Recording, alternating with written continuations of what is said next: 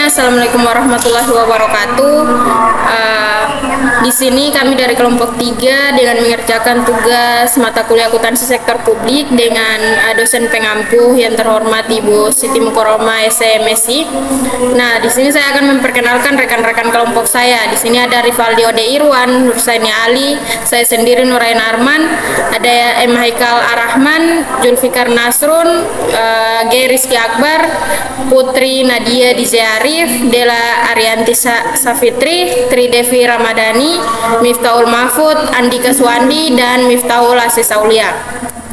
Yang akan kami bahas di sini adalah akuntansi masjid. Dengan menggunakan ISAK 35 penyajian laporan keuangan entitas berorientasi non laba. Nah, di sini ISAK nomor 35 adalah interpretasi dari standar akuntansi keuangan yang ditunjukkan kepada organisasi nirlaba atas dasar bahwa meskipun kegiatan utama mereka bukan untuk mencari keuntungan, bukan berarti mereka tidak mencari keuntungan atau non profit. Selanjutnya saya akan berikan kepada rekan-rekan saya selanjutnya. Nah, selanjutnya di sini ada akuntansi masjid. Saya akan menjelaskan sedikit tentang akuntansi masjid. Akuntansi masjid adalah proses pencatatan, pengklasifikasian, pelaporan, dan analisis transaksi keuangan yang terjadi di dalam sebuah masjid atau lembaga keagamaan lainnya. Tujuannya adalah untuk menjaga keuangan masjid agar teratur, transparan, dan dapat dipertanggungjawabkan. Baik, selanjutnya mengapa masjid memerlukan pencatatan akuntansi? Karena untuk menjaga transparansi, efisiensi pengelolaan keuangan, pemantauan kesehatan keuangan, kepatuhan terhadap hukum, dan perlindungan terhadap potensi penyelewengan dana. Baik, saya akan menunjukkan pembacaan materi dari pemateri sebelumnya. Di sini slide ini saya akan menjelaskan mengenai profil masjid yang kita ambil, yaitu profil dari Masjid Baitul Hidayah. Jadi Masjid Baitul Hidayah Puger ini terletak di Desa Mojosari, terutama di RT 002 RW 019 Kecamatan Puger, Kabupaten Jember di Jawa Timur. Jadi Masjid Baitul Hidayah ini didirikan pada tahun 1978. Baik, terima kasih. Di sini saya Julfikar Nasrun akan melanjutkan materi.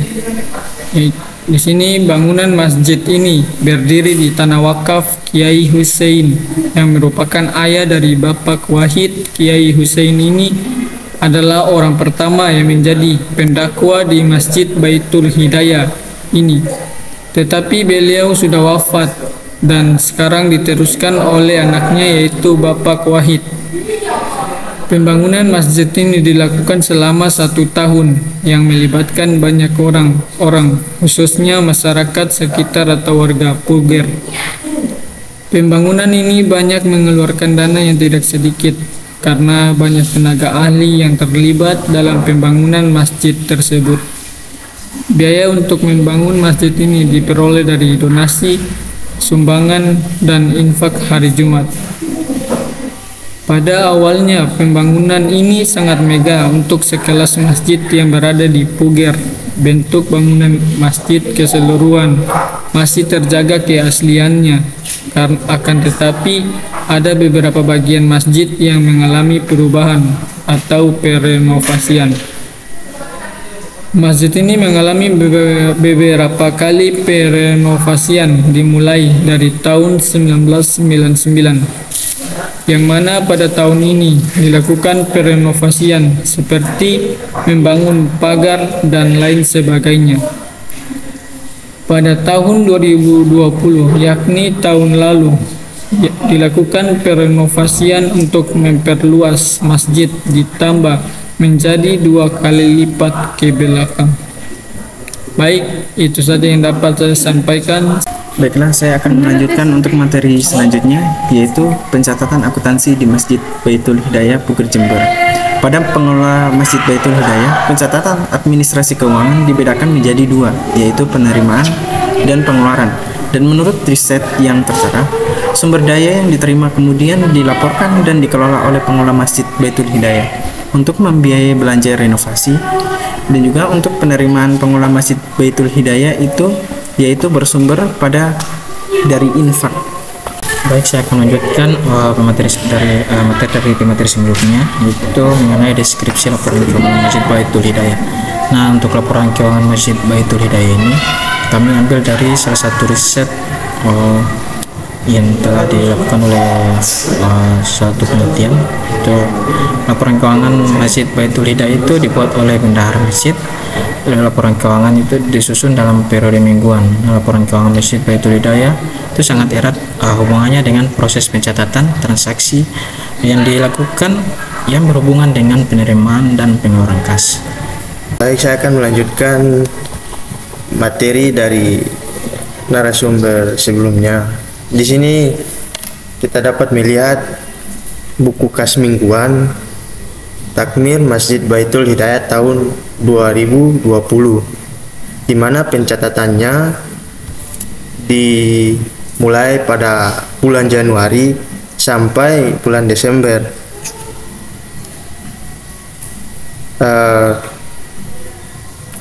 Pencatatannya itu dilakukan pada setiap hari Jumat dan mungkin pada hari-hari tertentu. Nah, di sini kita dapat lihat ini ada laporannya yang dimana ada tanggal, uraian, masuk, keluar, terus ada saldonya. Nah, di sini pencatatannya dimulai pada tanggal 3 Januari sampai 2020. Untuk uraiannya itu infak Jumat PON sebesar 800 yang merupakan pemasukan pada saat dicatat, dan untuk pengeluaran dikosongkan karena tidak ada yang dikeluarkan. Nah, untuk saldonya 263.412. Ini sudah termasuk saldo pemasukan dari minggu-minggu sebelumnya. Nah, terus ada tanggal 10 sampai tanggal 22 itu juga dicatatkan pada hari Jumat, yang dimana pada saat itu pemasukannya 356 juta, nominalnya 271.770 juta. Nah, di sini juga mereka mencatat penerimanya itu pas pada saat Idul Fitri, yang dimana pemasukannya itu 10.980. Terus untuk saldonya 282.750. Terus mereka lanjutkan lagi untuk pencatatannya pada setiap Jumat, dari mulai tanggal 29 Mei 2020 sampai 17 Juli 2020. Baik, selanjutnya saya akan menjelaskan materi dari materi sebelumnya, yaitu pada tabel 1 buku kas mingguan Takmir Masjid Baitul Hidayah tahun 2020, di mana keterangannya itu pengembalian dana simpan sebesar 1.908.000, yaitu uang masuk. Jadi pada saldo bertambah sebesar 1.908.000, jadi hasilnya itu 304.254.000. Dan keterangan berikut yaitu material batu dan koral. Uang keluar sebesar 40.760.500 rupiah, yang dimana pada posisi saldo ini berkurang sebesar 40.760.500 rupiah, yang dimana pada posisi saldo yaitu sebesar 263.533.500 rupiah. Pada keterangan berikut yaitu pada tanggal 24 Juli 2020, infak Jumat Legi, uang masuk sebesar 1.060.000 bertambah pada posisi saldo yaitu sebesar 264.593.500 rupiah. Dan pada 31 Juli 2020 Idul Adha, tercatat uang masuk sebesar 3.246.500 rupiah. Pada posisi saldo bertambah yaitu sebesar 267.840.000 rupiah. Pada transaksi selanjutnya juga sama, kita jumlahkan seperti itu. Jika uang masuk, maka pada posisi saldo dia bertambah. Jika uang keluar, maka pada posisi saldo dia berkurang. Selanjutnya akan disampaikan pada pemateri selanjutnya. Terima kasih. Menurut Ishak 35, Organisasi non-laba perlu menyusun setidaknya 5 jenis laporan keuangan sebagai berikut. Yang pertama, laporan posisi keuangan atau sering disebut juga neraca. Yang kedua, laporan penghasilan komprehensif. Yang ketiga, laporan arus kas. Keempat, laporan perubahan ekuitas atau modal. Yang terakhir, catatan atas laporan keuangan. Masjid Baitullah Hidayah hanya menyusun laporan secara sederhana dan tidak membuat laporan keuangan sesuai dengan yang ditetapkan oleh ISAK 35. Hal tersebut disebabkan oleh penyusun laporan keuangan yang belum memahami dan mengerti laporan keuangan tentang ISAK 35. Sehingga dapat disimpulkan bahwa laporan keuangan Masjid Baitul Hidayah belum sesuai dengan interpretasi standar akuntansi keuangan karena belum memenuhi kriteria-kriteria yang ditetapkan oleh ISAK 35. Selanjutnya, laporan keuangan berdasarkan ISAK 35. Laporan posisi keuangan dari Masjid Baitullah Hidayah per 31 Desember 2020. Pada aset lancar terdapat kas dan setara kas senilai 262.612.000. Pada aset lancar lain sebesar 74.933.500 rupiah. Untuk total aset lancar senilai 337.545.500 rupiah. Pada aset tidak lancar terdapat aset tetap senilai 950 juta, sehingga total aset dijumlahkan senilai 1.287.545.500 rupiah. Untuk total liabilitas dan aset neto senilai 1.287.545.500 rupiah.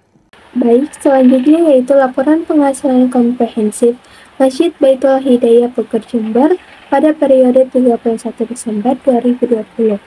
Tanpa pembatasan dari pemberi sumber daya, untuk pendapatan sumbangan yaitu senilai 262.612.000 dan untuk jasa layanan penghasilan investasi jangka panjang, investasi jangka pendek itu tidak ada, dan untuk pendapatan lain-lain yaitu senilai 74.933.500. Total pendapatan 337.545.500. Dan untuk beban gaji upah senilai 3.600.000, jasa dan profesional senilai 37 juta, administratif, depresiasi dan bunga itu tidak ada, dan untuk beban lain-lain yaitu senilai 295.712.500. Dan untuk kerugian akibat kebakaran tidak ada. Untuk total beban yaitu 336.312.500. Selanjutnya yaitu dengan pembatasan dari pemberi sumber daya. Untuk pendapatan sumbangan yaitu senilai 262.612.000, dan untuk penghasilan investasi jangka panjang tidak ada. Total pendapatan yaitu senilai 262.612.000. Dan untuk beban kerugian akibat kebakaran itu tidak ada. Surplus atau devis penghasilan komprehensif laba. Total penghasilan komprehensif yaitu 263.845.000.